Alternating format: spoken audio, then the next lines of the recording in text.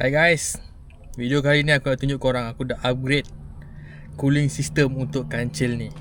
Okay, aku siap dah pasang dia punya temperature monitor digital. So aku tak perlu menggantung pula. Aku tak perlu berharap kepada ini. Ini memang dah out dah. Aku dah cabut dia punya dia punya reading ke apa tak tahulah. Dia punya sensor kan aku dah tukar kat sini. Pakai kat sini terus. So kita boleh monitor terus berapa temperature kita punya radiator. Radiator ke engine aku tak tahu lah, tapi kau boleh monitor kat sini lah kan. That's the point. Okay guys, aku dah buat beberapa upgrade dekat bahagian engine bay ni. Aku dah upgrade ini radiator Red Sun terbaik punya, 48mm tebal. Biasa selalunya nipis sikit, tapi ni tebal. Berapa layer dah? 3 ke 2 layer dah ni. Lepas tu aku tukar dia punya hose semua dah baru. Tak semualah, yang hose kecil tu tak baru lah.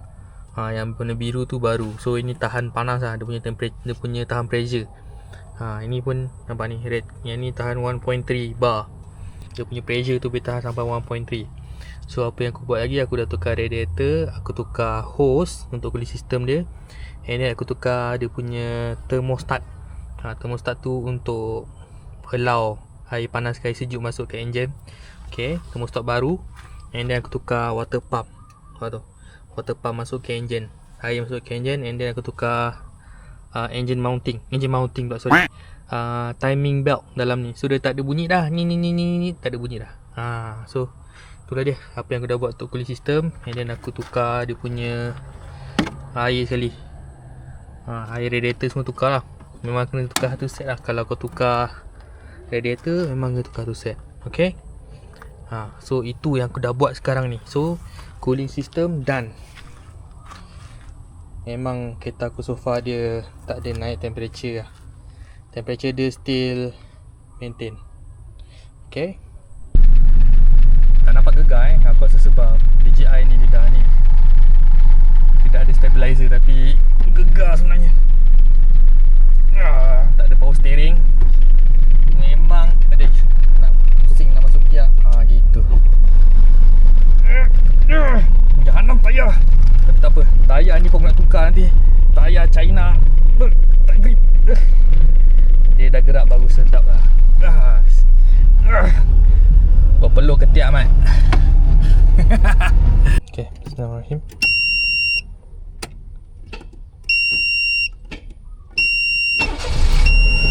Main-main pula dia tak nak start.